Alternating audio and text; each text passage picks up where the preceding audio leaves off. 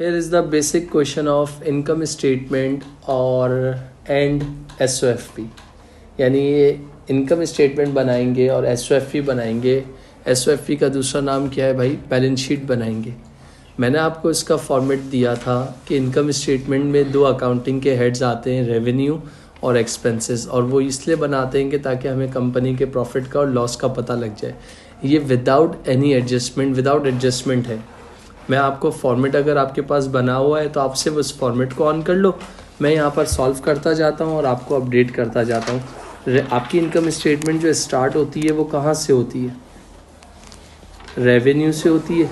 Revenue कितना दिया हुआ है? अच्छा, मैं इधर थोड़ी सी लाइंस ड्रॉ कर लेता हूँ ताकि वैल्यूज़ पढ़ने में किसी को कोई प्रॉब्लम ना हो। डन है बेटा?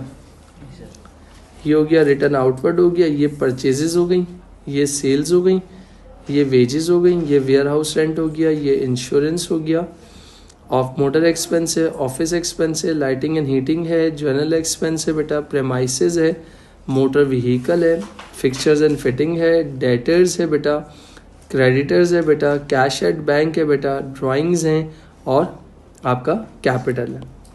जब हमने इसकी बात की तो ये क्या आ गया? आपका ट्रायल बैलेंस हो गया। और ये वाली इन्वेंट्री कौन सी होती है? Closing inventory. और ये वाली इन्वेंट्री कौन सी होती है? Opening inventory. Done sir. Income statement जो स्टार्ट होती है वो रेवेन्यू से स्टार्ट होती है। रेवेन्यू कितना दिया हुआ था? सेल्स के नाम से दिया हुआ है 380,400। डन। कहाँ से मिल गया सर? आपको यहाँ से मिल गया, ये रहा। फिर आप अगला स्टेप देखोगे, अकॉर्डिंग टू फॉर्मेट आपके पास क्या होना चाहिए? लेस क्या कर दोगे भाई? लेस क्या कर दोगे? Return inwards. वो ये रहा, कितना? 540। Another name of return inward is sales return. तो मेरी सेल्स में से रिटर्न इनवर्ड्स यानी सेल रिटर्न माइनस कर दोगे तो आपके पास क्या आंसर आएगा, बता सकते हो? उसको हम क्या कहते हैं? नेट सेल्स कहते हैं। सिर्फ माइनस करके वैल्यू लिख देंगे, कुछ लिखने की ज़रूरत नहीं है। कितनी नेट सेल्स आ रही है? 378860। डन। पक्का? अगर आपके पास ये सेल रिटर्न नाम की बला नहीं होती तो आप इस स्टेप को क्या करते? इग्नोर करते और डायरेक्ट सेल्स को कहाँ लिख देते? यहाँ लिख देते। डन। नेक्स्ट, यानी आपने रेवेन्यू में से मैंने सेल्स रिटर्न माइनस कर दिया, लेस मींस माइनस कर दिया, तो मेरे पास क्या आ गया? नेट सेल्स या नेट रेवेन्यू बेटा। डन। फॉर्मेट आप अपने पास ओपन कर लो बेटा। इसके बाद आप, मैंने यहाँ पर क्या हेडिंग डाल दी? Less cost of sales. जाओ अपने कॉस्ट ऑफ सेल्स किन चीज़ों से मिलके बनती है, अपना फॉर्मेट ओपन करो और चेक करो कि उसमें क्या सबसे पहले आता है। इन्वेंट्री। कौन सी वाली आती है? Opening inventory. एड मीन्स यानी प्लस। कितनी है बेटा? 41,600। फिर क्या आता है? परचेजेस। वो कितनी है? सवाल में नज़र घुमाओ, देखो। 188,430। ज़बरदस्त बेटा, 188,430। फिर क्या आता है? नहीं बेटा, रिटर्न आउटवर्ड्स। रिटर्न आउटवर्ड का दूसरा नाम क्या होता है? तो यहाँ किस नाम से दिया हुआ है? रिटर्न आउटवर्ड्स के नाम से दिया हुआ है 3410। फिर क्या आता है बेटा? Carriage inward. वो है सवाल में? कितना है? 3700। फिर क्या आता है? क्लोजिंग। वो क्या है? ट्रायल बैलेंस के नीचे बनी हुई दी हुई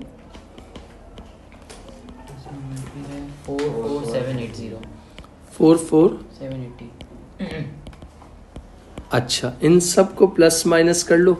जो ब्रैकेट में है वो माइनस होंगी, जो विदाउट ब्रैकेट है वो प्लस होंगी। यानी ओपनिंग इन्वेंट्री में परचेजेस को प्लस करो, जो आंसर आए, रिटर्न आउटवर्ड को माइनस करो, जो आंसर आए कैरेज इनवर्ड भी प्लस करो, माइनस कर दो क्लोजिंग इन्वेंट्री, तो आपके पास क्या आ जाएगा?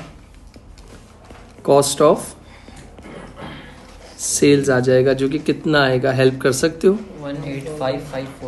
185,540। तो this is the value of cost of sales. कैसे आई? प्लस किया, जो आंसर आया माइनस किया, जो आंसर आया प्लस किया, जो आंसर आया माइनस किया, तो आपके पास क्या आ गया? Cost of sales. डन।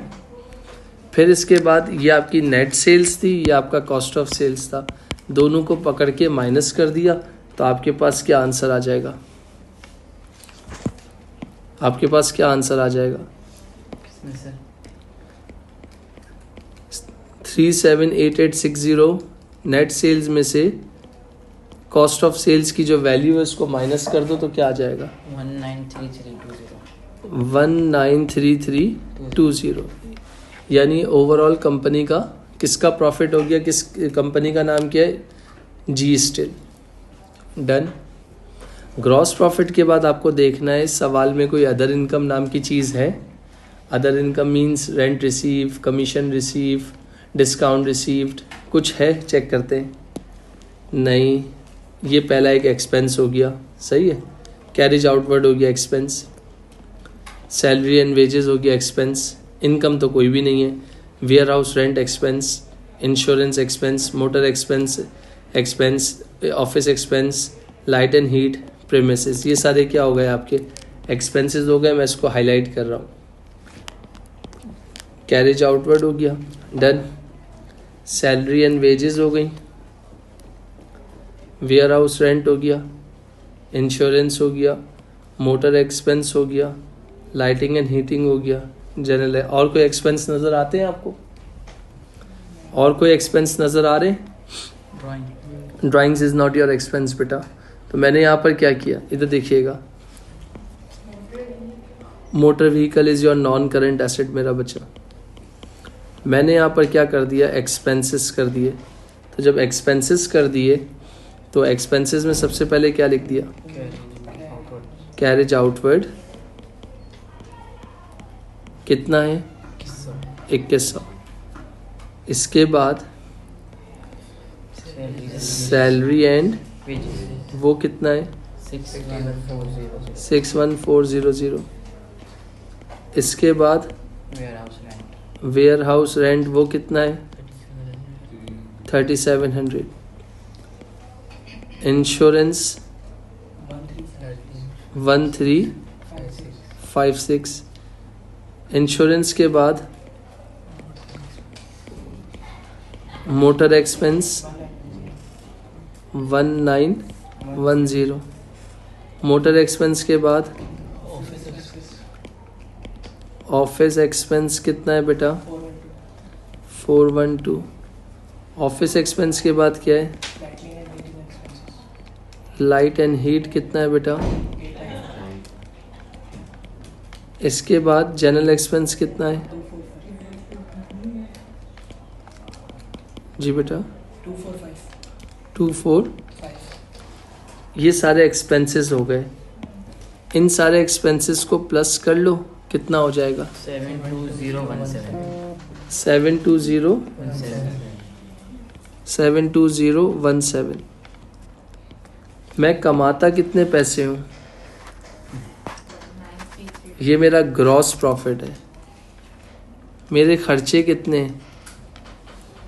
इसमें से इसको माइनस कर दो तो मेरा प्रॉफिट कितना आ जाएगा? 121303। This is called profit for the year. कितना?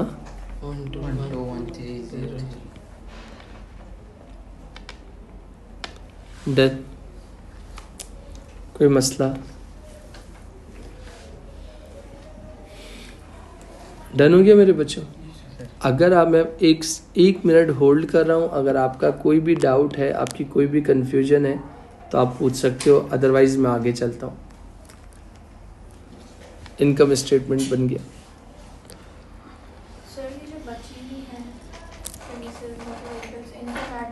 नहीं मेरा बेटा, जो चीज़ जाहिर सी बात है, जो इनकम स्टेटमेंट का मतलब क्या? Revenue minus expenses. तो जो चीज़ हमारे पास है ही नहीं तो हम उसको कंसिडरेशन में क्यों लाएंगे बेटा? अब मैं इसकी क्या बनाने जा रहा हूँ? मुझे क्या बनानी है? SOFP। आप मेरी हेल्प करोगे? SOFP का अगेन आपके पास फॉर्मेट होगा तो आप कर सकते हो, अगर फॉर्मेट नहीं होगा तो आप कुछ भी कर लो, आप नहीं कर सकते। डन। तो SOFP के लिए मैं क्या कर रहा हूँ, ये देखिएगा।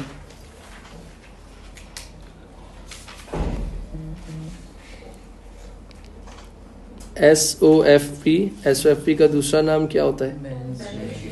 Balance sheet. इसमें आप सारे एसेट्स लेते हो और सारी लाइबिलिटीज लेते हो और कैपिटल लेते हो। ये देखिएगा, एसओएफपी का फॉर्मेट स्टार्ट कहाँ से होता है? एसेट से। नहीं मेरा बेटा, पहले एसेट्स की हेडिंग डालते हो, फिर किसकी हेडिंग डालोगे? नॉन करंट एसेट क्या होते हैं दोस्तों? वो एसेट जिसको आप 1 साल से ज़्यादा का अरसा यूज़ करते हो without any intention of resale. तो नॉन करंट एसेट इस सवाल में कितने दिए हुए? प्रेमाइसिस, मोटर व्हीकल और fixtures and fitting. Premises land को कहते हैं, तो मैंने यहाँ पर लिख दिया। और हैं, नज़र घुमाओ ज़रा।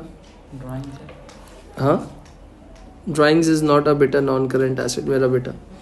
इसके बाद motor vehicle, capital is your investment बेटा। अच्छा बेटा, इसके बाद फिक्सचर्स एंड फिटिंग्स कितना? 1900। इन सब को ऐड कर लो, कितना होगा?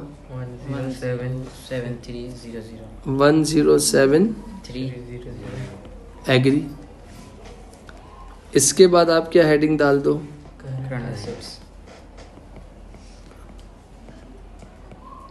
Current assets. करंट एसेट्स में क्या होगा? इन्वेंट्री।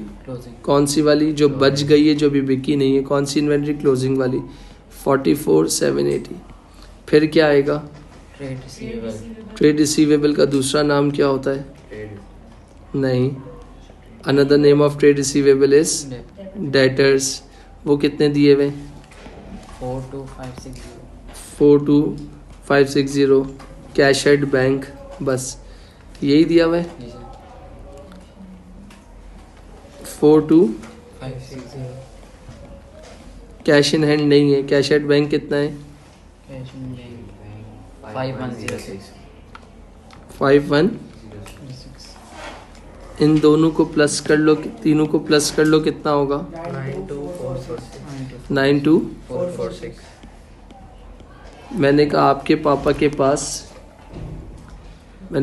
पापा के पास ये नॉन करंट एसेट है और ये करंट एसेट है। तो जब आप इन दोनों को सम अप कर लोगे, जब आप इसको सम अप कर लोगे तो यानी वो आपके पास टोटल आपकी क्या आ जाएगी? जायदाद आ जाएगी। कितनी आएगी बताओ? 199,746।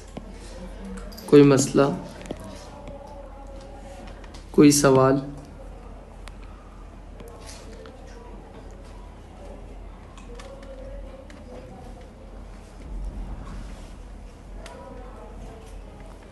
ये क्या हो गए? टोटल एसेट्स हो गए। मेरे पास नीचे जगह कम है तो मैं जितना आ सकता है मैं वहीं लिख रहा हूँ।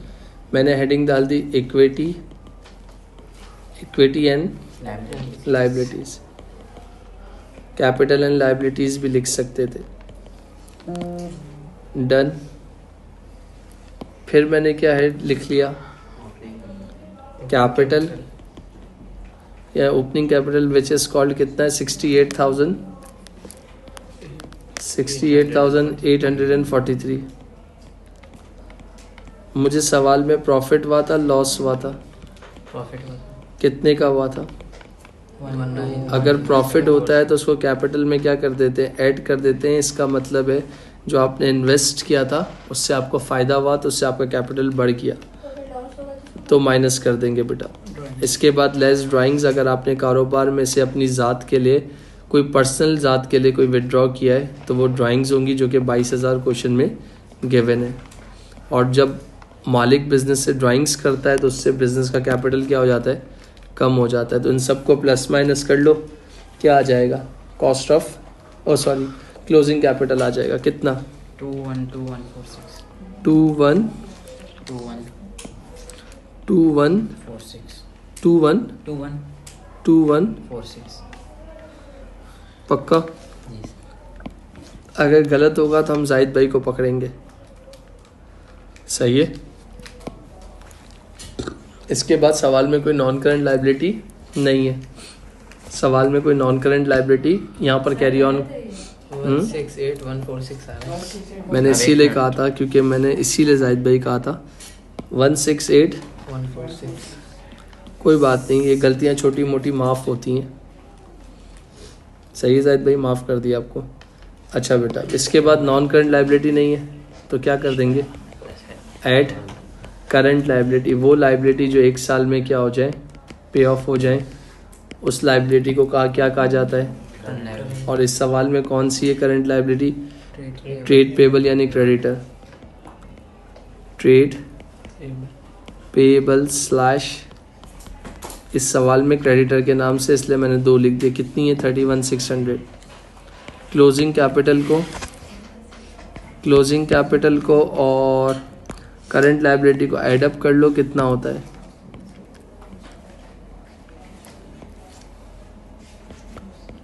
तो ये क्या हो जाएगा, टोटल इक्विटी एंड लाइबिलिटीज कितना हो जाएगा,